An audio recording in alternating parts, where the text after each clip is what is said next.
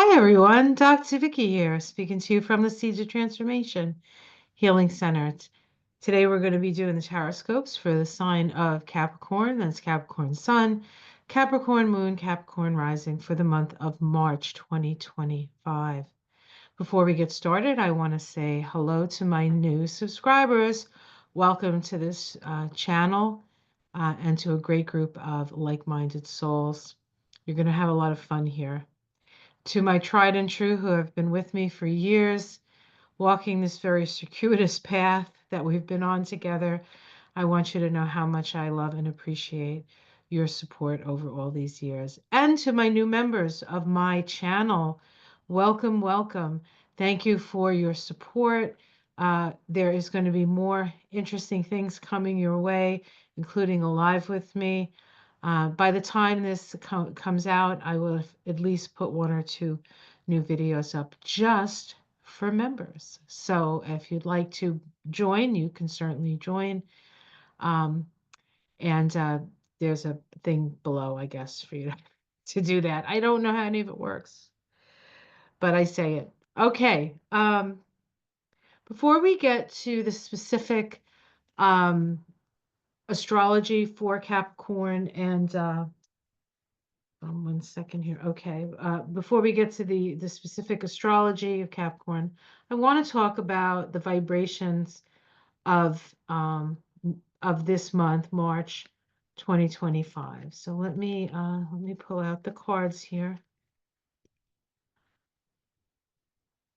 So March is the third month of the year, and so the third card in the tarot is the Empress. Okay, so this is the card for the monthly vibration. It is a 3. She sits on the tree of life, right on that green path right there, between Hokmah and Bina. Bina is the divine feminine. Hokmah is the divine masculine. And she sits kind of as a bridge between that. She's symbolic of abundance, of manifestation. Um, this is also the path of creative visualization. And so while our ability to creatively visualize, we always have it. You don't have to have a special day or a special month or a special time for that because we all have the ability to do that. It's especially powerful because of the vibrational frequencies of March. Now we also have the universal year vibration, which is a 9, which is this card. So this card is going to come up over and over again this year. 9 is about healing. It's about sharing your knowledge. It's about shining your light. The hermit can be there's a hermitage energy around this card, of course. It is the card of the hermit. And so, looking within, spending time alone, studying, learning new things, or making what you know more digestible to others, I guess, is a good way of spending your time this year. This year is about separating the wheat from the chaff. It's also about endings and new beginnings. But before we can have the new beginnings, we have to decide what we want to bring forward and what we don't. And that's what this card helps us to do. So then if we look at the vibration of March, I keep saying May, my favorite month, by the way, March 2025, we add these two vibrations together, we get a third vibration, which is the vibration of the month and the year. That is the Hanged Man. Now, the Hanged Man is associated with Neptune, the planet Neptune.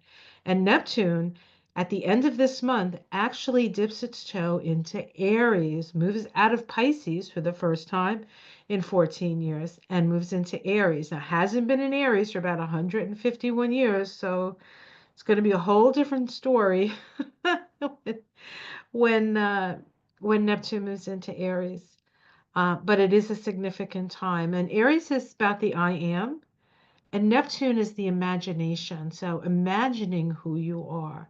That's why the creative visualization is such an important tool to utilize this at this time, this whole year, really, but as we move through things, because, and this is especially true of March, we're not going to be able to do much, but look at it from a different perspective Stay connected to cosmic consciousness.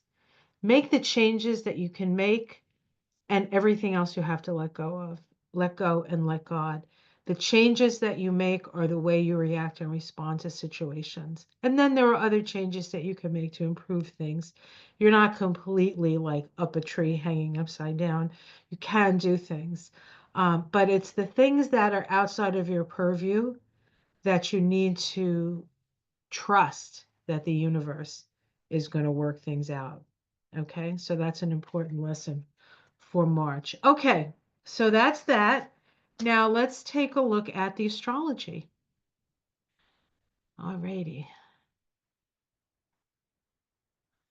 Okay, just give me a minute here so I can pull up the chart.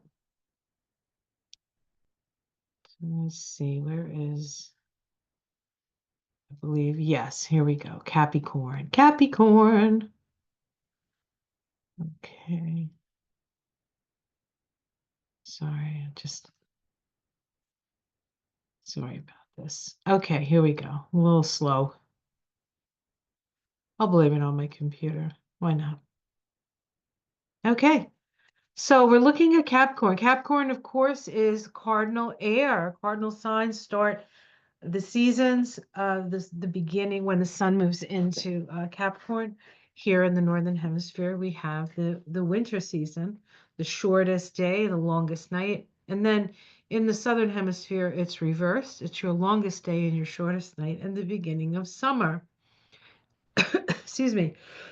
The mantra is I utilize, and the ruler is Saturn.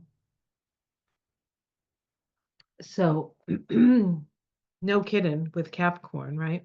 All right, so as we look at the month, as the month begins, we have the sun in Pisces. Just a reminder, if it's blue, it's water. If it's red, it's fire. If it's yellow, excuse me, it's air, and if it's green, it's earth. And so we can see we have a preponderance of fire and water. Fire and water generally, when there's a preponderance in the sky, it generally is some sort of initiation. And because most of the activity is on the cusp between the unmanifested and the emergence of consciousness, it's even more of a magical time that we find ourselves in. The sun in Pisces, Neptune in Pisces. Uh, let's see, Venus starts the month in Pisces, moves into Aries, and then retrogrades back into Pisces. It makes two conjunctions to Neptune, once when it's moving, when it starts the month and it moves past Neptune, and then it turns around and comes back to touch Neptune one more time. And right after that, Neptune moves into Aries. That happens at the 30th, I believe, the last day of the month. So that's significant. As I said, that hasn't happened in 150 years. And we'll see what that is. Now, Neptune will stay in Aries for a bit, and then it moves back into Pisces, and we'll finish up in Pisces. And by the beginning of next year, I think January even. It's either January or February. I think it's January 26th, actually. It moves into Aries and stays there for 14 years. So it's done with Pisces. It's been in Pisces since 2011. And a lot of things have happened since 2011. Neptune in Pisces has dissolved away a lot of things. And as it moves into Aries, it's about a rebirth. So this is a natural time of release and letting go with Neptune in those last degrees of Pisces. And we get a little bit of a taste of what the future is going to look like. And then it comes back to finish things off. Okay. So, so the sun moves into Aries on the equinox. Mercury starts as I said, in Pisces, goes retrograde. I believe it's hold on, when does Mercury go retrograde? I think it's the 15th, but it might be a little before that. Hold on 1 minute, let me look. I should give you as accurate as possible. Yeah, on the 15th, Mercury goes retrograde at 10 degrees of Pisces, and then it actually goes back in, did I say 10 degrees of Pisces? 10 degrees of Aries, goes back into Pisces on the 27th, meets up with Neptune And then on the 20, let's see.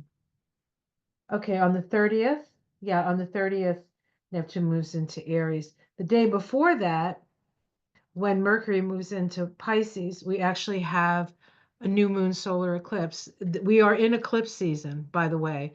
The North Node, it's the North Node eclipse season. It's about moving into the unknown future. That new moon eclipse, which happens on the 29th, is happening in your fourth house. This is the house of soul for you. It's also your home. So this could be new projects, new things starting up in your and even in your family, because this is an energy of family as well. I do want to point out that the nodes of the moon are now in Pisces and Virgo.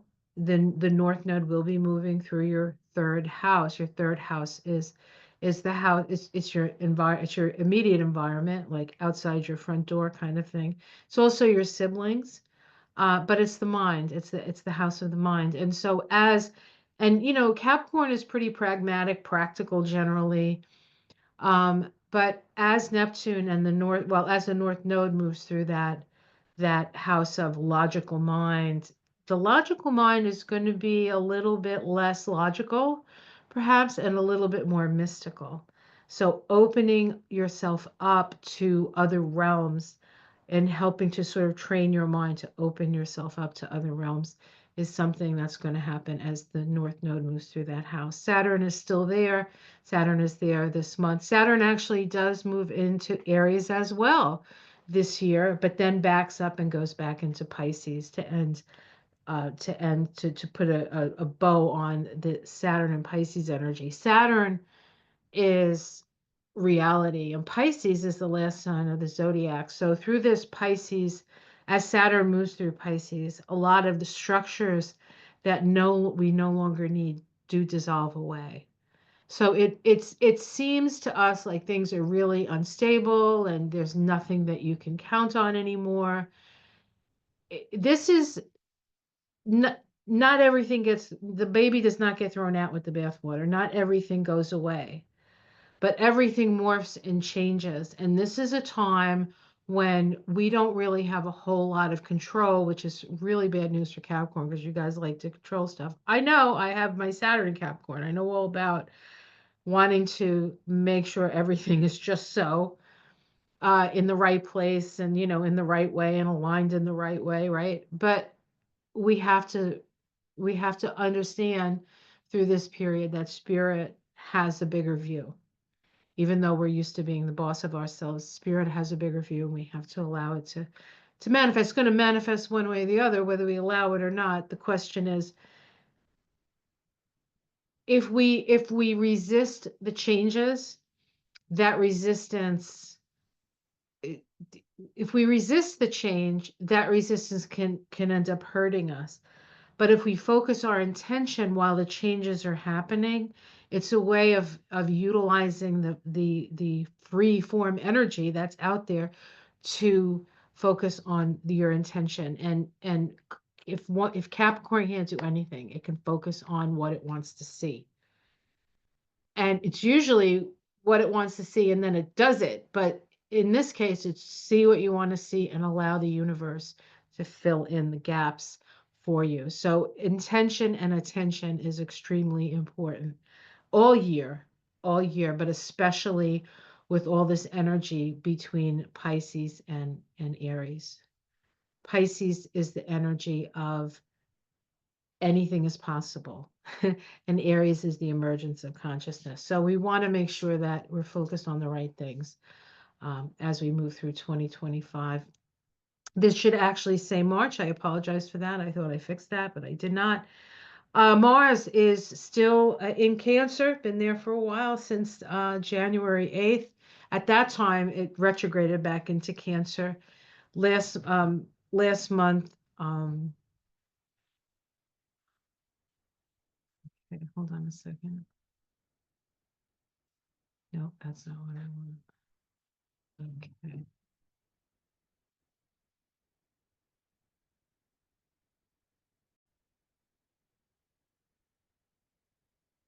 Look at that. It was miraculous. It changed. Actually, it changed. So anyway, um, Uranus still in Taurus. Uranus is also going to be changing signs this year as it dips into Gemini, then goes back into Taurus to finish up, and then goes into Gemini next year and is there for 7 years. Jupiter is now direct, moving through your house of health. If things have been difficult to diagnose during this retrograde period, I believe it's been retrograde for, I think it went retrograde in October. The information you should be able to, things should be easier to see. The information is easier to find. With that, we have a full moon lunar eclipse, and we have the new moon solar eclipse. So we're in eclipse season. So even with all of this transformational energy happening down here, we also have to add the eclipses. Now, these are north node eclipses, so we're being asked to move in the direction of the unknown future. The first eclipse is the full moon eclipse at 24 degrees of Virgo, opposite the sun at 24 degrees of Pisces. The day before, Saturn conjoins the sun, starting their synodic cycle. The Saturn-Sun synodic cycle pretty much shows us where our limitations are. And also the parameters that we get to work with and in when we're dealing with issues of the third dimension reality, as it were.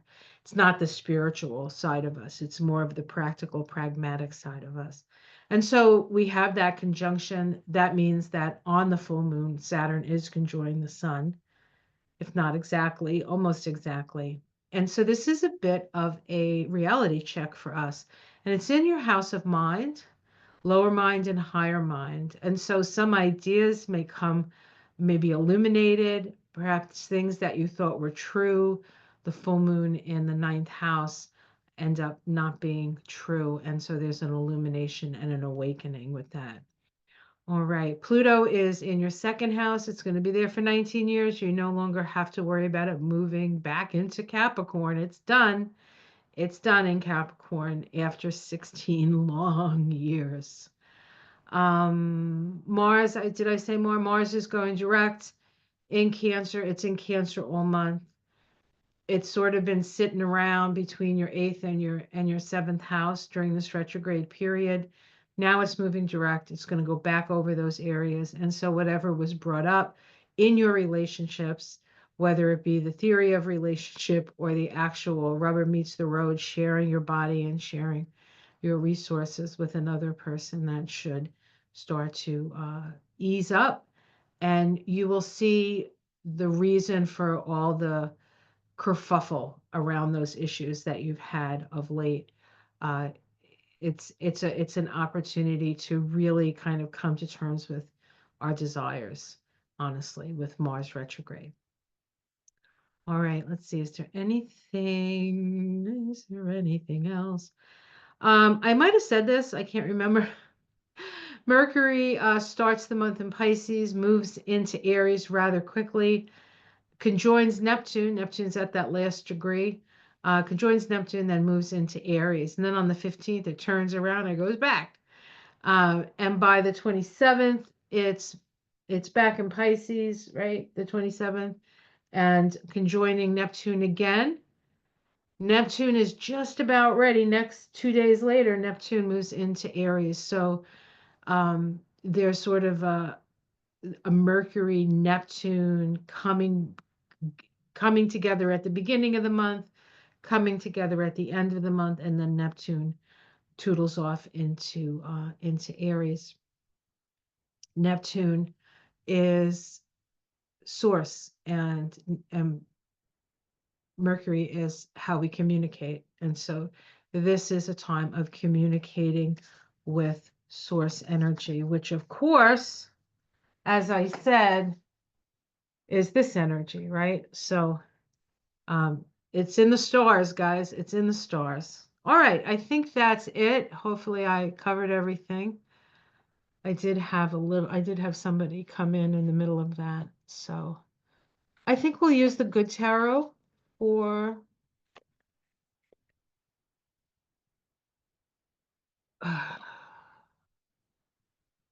for Capricorn. All right. Let's make sure. Yep. Okay. All right, let's see what's going on. What's going on?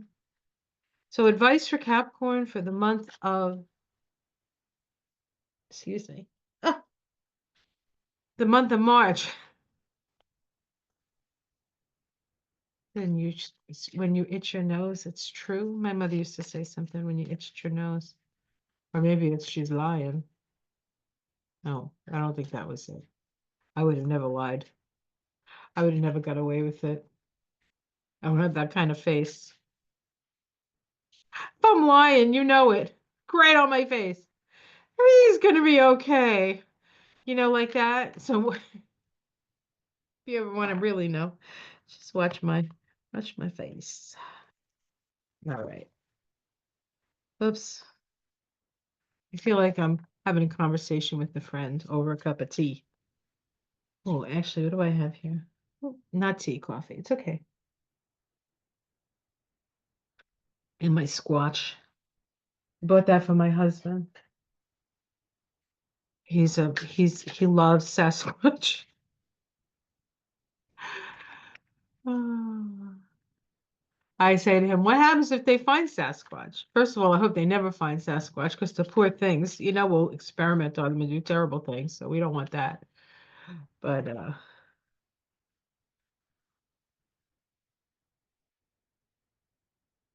stay away from humans, Squatch. We're a dangerous group. We're a dangerous group. All right, let's take a look. We start with the Six of Earth. This is fair distribution of resources. What a nice card to start with. This is humanitarianism. This is working for the community. This is being a responsible citizen. Balancing the scales. The challenge is the world, the end of a cycle. So the challenge is how to keep financial balance because things are ending. Underneath it all, the Four of Earth. This is about foundations, stable foundations. So this is saying there may be less, but it's stable. Like it starts with the Six of Pentacles. If you have the capacity to share resources in a fair way, you'll still have plenty to structure your life on. So that is you don't have to hold on so tight necessarily. Um, in the past, we have the Nine of Water. This is you getting all your wishes. So you've been pretty lucky. Of course, luck. What is that? Luck favors the prepared. And you guys are prepared, very prepared for any eventuality. In the sky, we have the Two of Air. The sky card is often a suggestion from spirit. Don't make any sudden moves. You still have to balance things out. No sudden moves are necessary. You don't have to make a decision like this. We have the Nine of Earth in the immediate future. This is you secure, surrounded by the things you love. So there's a certain amount of security here. I think you're going to be just fine with that. And you actually may make some decent money this month. How it's seen from the outside, that you're measured and patient, healing, not extreme, and strong. People see you as strong. Your domestic situation, ooh, new opportunities there, new potential. This could also be a child coming in to your family, but definitely a new project, and your home could be the project as well. So hopes and fears. Um, this is the Seven of Waters, not being able to make a decision, not being able to see clearly. I think you're worried that you're not making a decision in a sort of way. I don't know if that's, you can decide whether that resonates with you. Or this could just be the fear around the insanity that you're seeing in the outer world. Outcome. Oh, messenger of water. So good news. Maybe a granddaughter. Um, the four of fire. That's a celebration. Hmm, some good news. Celebration. The hermit. The hermit. I pull until I get a major. I pull three if I can get a major arcana. This is utilizing your wisdom, but you can in this deck. It's sort of the door is closed, right? And so you may, in fact, with that, the Hermit as the end card and the Nine of Earth as the pretty much the card for the month, you might find yourself hermited away. And I think that's a good thing. It's not a bad thing. You need the time to heal. You need the time to rest up. You need the time to rejuvenate and find your footing. Let's see what's underneath it all. The Hanged Man, that's the energy of this month, right? The Hanged Man. So knowing what you can affect and affecting it and knowing what you can and letting it go. The Page of Earth, a new course of study, perhaps.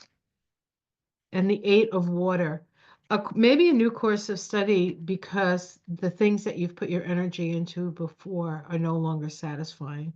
So there is a sense, excuse me, there is a sense that part of this month. It's really a sort of these cards indicate sort of a staying inside, staying close to, keeping yourself close to home, um, being surrounded by the things that bring you a sense of security.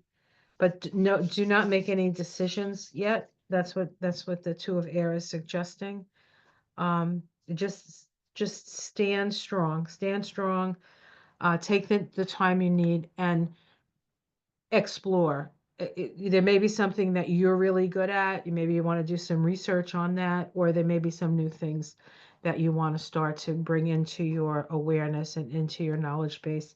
This is a good time for that because I feel like you're not going to be out and about so much. You're going to be home, and it's a choice. It's a choice. I don't feel like it's a forced thing, but if you go against that, the universe may say, "Hey, look, you need to stay close to home." So now it's interesting because I just did a reading on was it Vir was it Virgo? I think it was Virgo. And if you happen to have Virgo and Capricorn, you're going to feel a little psychotic because I told Virgo, "Go out, see people, go," so but Capricorn, stay close to home. Stay close to home. All right. Let's pull one more. We're going to pull a spirit animal oracle card for Capricorn. See what this says. See if this elucidates or confuses things. All right.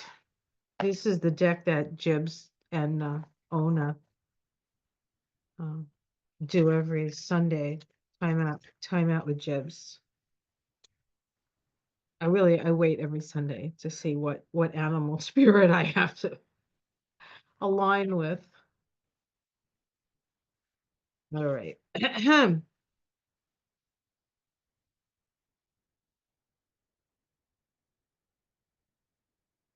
Being close to home.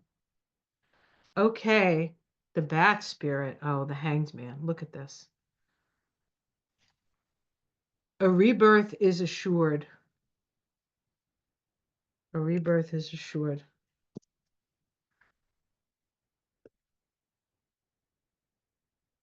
Okay. Bat spirit.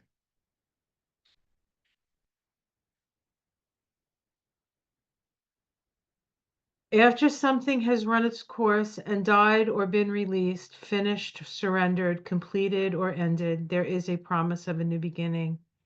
Rebirth is assured just as night gives way to dawn and the bat emerges from the darkness of the womb-like cave. Bat Spirit has come to remind you that this rebirth is a miraculous one, for the very best elements of what you had to give up in the death of the old is still present in the new. Amazing life forming now. This is a miracle and the magic of rebirth in every aspect of your life, including a rebirth of faith in your ability to establish new healthy relationships. The protective message for this card is what are you refusing to let die? That spirit is gently nudging you to let go of your need to cling to the familiar story that has already run its course. A new story is poised to be born. Some dreams are only meant to last for a moment in time. Sometimes they will only be there to slow you down as you recalibrate in preparation for a new life that will give you what you really want. Let go. It's okay. You're going to be okay. The cards indicated financial stability. Now you may say, how's that going to happen? It's what you've done already that gets you there. So nothing you have to do. It's what you've already done. All right, that's the story, Morning Glories. I hope you enjoy that. I hope you find this helpful. Take care of yourself. It's a crazy world out there. Um, Make sure that you're hydrated and protected and, walk in spirit and fill yourself up with light. And if you have to, completely ignore the crap that's going on, because this is much more of a time of inward orientation for you, Capricorn. Take advantage. It's not always, you don't always have the opportunity to do that. So, all right. Take it easy, everyone. I'll see you again next month. Much love. Namaste.